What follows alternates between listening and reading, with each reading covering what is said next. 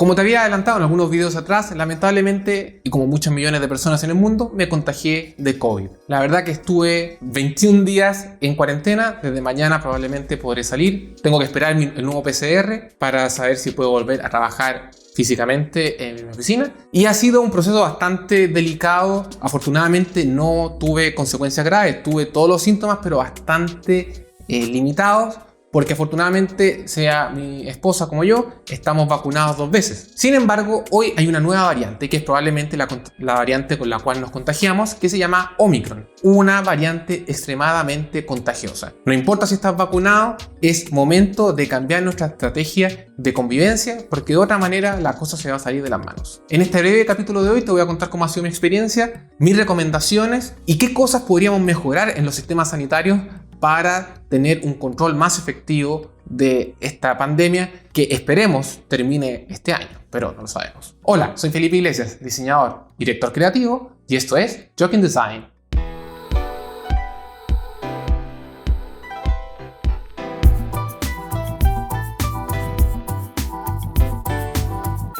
Suscríbete a este canal y así estarás actualizado de todas las novedades que salgan más o menos cada semana o durante los meses. Mi encuentro con el COVID probablemente se generó por una falta mía, en el hecho que ensayaba constantemente con mi grupo en Francia y los 4 miembros estaban realmente vacunados, pero probablemente alguno de ellos en algún momento entró en contacto con el virus y se contagió. Y así todos los que estaban en ese grupo se contagiaron. Obviamente todos resultamos positivos después de los exámenes. ¿Cuál fue la particularidad? Uno se esperaba los síntomas tradicionales del COVID, pero la verdad que con Omicron los síntomas son bastante distintos. Yo los primeros síntomas que empecé a tener fueron de mucho cansancio, muchísimo cansancio, y tenía un dolor acá en la espalda, en la zona lumbar y también en la zona lateral de los muslos.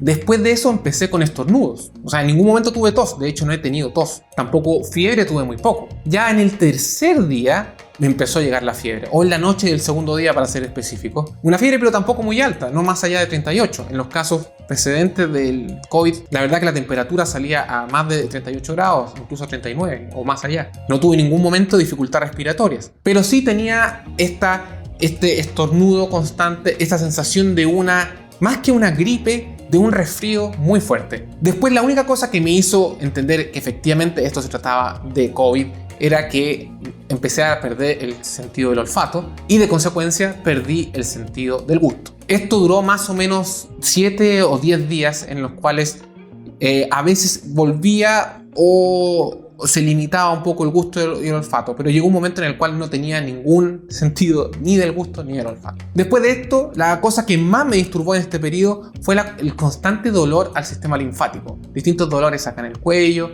en las piernas, en la espalda, y todas las zonas donde se encuentran los ganglios. Me hice un primer examen el día 9 de diciembre y salió obviamente positivo. Inmediatamente me puse en cuarentena, no quería ser culpable de matar a nadie. Todos mis planes de tocar con nuestro grupo en la fiesta de la empresa obviamente colapsaron y todo, la verdad, que nos fuimos en cuarentena. Hay un efecto psicológico del COVID que no es menor, que en el cual te sientes sin saber qué es lo que va a pasar, porque los dolores y los síntomas van y vienen, es bastante irregular. Y además que, independientemente de que yo soy una persona relativamente joven y también bastante saludable, no tengo ninguna enfermedad crónica, no sabes cómo te va a pegar. El tema es que Omicron es extremadamente contagioso, y lo vuelvo a repetir, es extremadamente contagioso. Yo normalmente que me muevo, viajo por necesidad de mi trabajo, siempre voy con la mascarilla FP2, siempre estoy incluso a veces con 2 mascarillas dependiendo de la situación, si veo que hay mucha gente. Siempre tomé las máximas precauciones, incluso en la oficina siempre me movía con mascarilla, pero cometí el error de entrar en la confianza que estaba con 4 personas vacunadas en una sala de ensayo y efectivamente el estar en contacto más o menos estrecho permitió que todos nos contagiáramos. Hoy afortunadamente no tengo ningún síntoma, simplemente estoy esperando la negatividad del próximo examen PCR que me tengo que hacer y probablemente va a salir negativo a este punto. Pero el tema es que hay muchísima gente que no se vacuna. Y hay muchísima gente que no usa mascarillas. Y ahí está el mayor problema. Creo que si la mayor cantidad de la población estuviera vacunada en este momento, ya estaríamos a otro nivel de pandemia. El problema es que en Italia tenemos al menos 6 millones de personas que no se quieren vacunar e insisten en que no se quieren vacunar por todos los motivos más extraños del mundo. Yo no soy médico, no siempre me ha gustado la medicina, siempre me ha gustado la ciencia, pero hoy día hay tanta información en internet, información de buena fuente, hay incluso canales de YouTube dedicados, de médicos serios, dedicados a entregar información de calidad, pero la gente insiste a creer lo que le gusta creer. Y ahí está el problema. Es un problema, bueno, con las fake news y con otras cosas y otros fenómenos. Y aquí empieza mi propuesta más de diseño, que sea los sistemas de salud, como los sistemas gubernamentales, empiecen a tener canales de información más centralizados. ¿Por qué?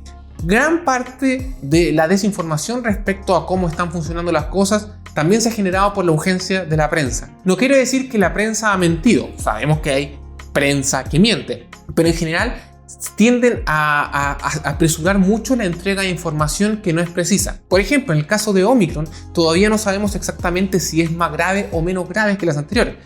Mi caso es un caso excepcional, estoy 2 veces vacunado y por lo tanto probablemente la vacuna me protegió de no tener una sintomatología más grave o irme hospitalizado. Pero hay otras personas de mi edad que con las 2 vacunas sí terminaron hospitalizados. Ahora, veamos los números. Al menos en Italia, el 79% de los casos que terminan en hospitalización son personas que no se han vacunado. Casi 80% de personas que no están vacunadas, las que están colapsando el sistema de salud. Y ahora, el problema específico en Italia, no lo sé cómo será en otros países, puedes contarme a través de los comentarios cómo es la situación en tu país. Pero el problema acá en Italia es el sistema de notificaciones muy burocrático. Por ejemplo, acá tenemos una aplicación que se llama Immuni, que me debería inmediatamente notificar que estoy en contacto de personas con COVID o no. No funcionó en ningún momento. O yo también quería notificar que estaba contagiado en algún momento. No podía porque no tenía el número CUN, que era el número nacional. Y después de llamar a todo el mundo, créanme, llamamos. Creo que la gente que estará más tranquila en este momento es el sistema sanitario italiano porque dejamos de llamarlos. Se han portado muy bien. Sé que están extremadamente bajo presión. Que imagínense que solo en esta provincia hay más de 1000 casos diarios. Ha sido difícil porque no es fácil pasar de un proceso a otro. Por ejemplo, Valentina, mi esposa, ya salió del COVID antes que yo, ya tuvo un proceso de enfermedad mucho menor, de 7 días, se contagió después que yo y resultó negativa mucho más rápido que yo, y aún no tiene su pase sanitario, porque tiene que ir a hablar con su doctor no está acá porque nosotros estamos hace poco tiempo acá, tenemos nuestra residencia en otra región. Todo eso hace que el sistema sea muy complejo porque no es un sistema nacional, es un sistema local. No sé cómo será en tu país, pero el problema de los sistemas locales es que requiere acciones locales y eso implica muchas llamadas de teléfono, molestar y al mismo tiempo yo me siento en culpa porque uno está saturando el sistema de salud.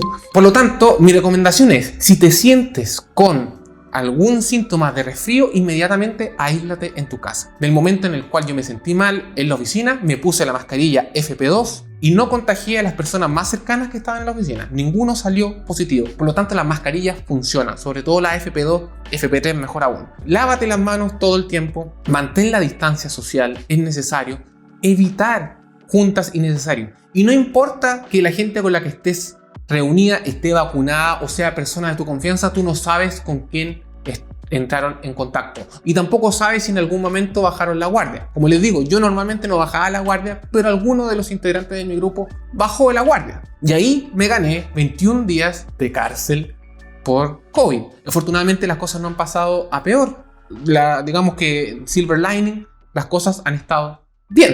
Así que cuídate, protege a tu familia primero, protege a tus amigos y protege la verdad a la sociedad. La pandemia es un problema social, es un problema que todos tenemos que colaborar para que termine. Si no nos vacunamos, el virus va a seguir mutando y va a ser siempre más difícil lograr tener una inmunidad de rebaño o lograr poder erradicar, si es posible, el virus. Basta de pensamientos mágicos, basta de creer que porque hice una investigación propia con una persona contraria a lo que piensan toda la comunidad científica, esa persona tiene razón. Eso es una mentira, te la estás creyendo y no funciona así. Espero que tengan un excelente nuevo año, sanos, salvos, diviértanse, hagan lo que puedan, pero siempre manteniendo las máximas precauciones. Espero que este video te haya gustado o al menos mi experiencia te sirva de recomendación y nos vemos a la próxima.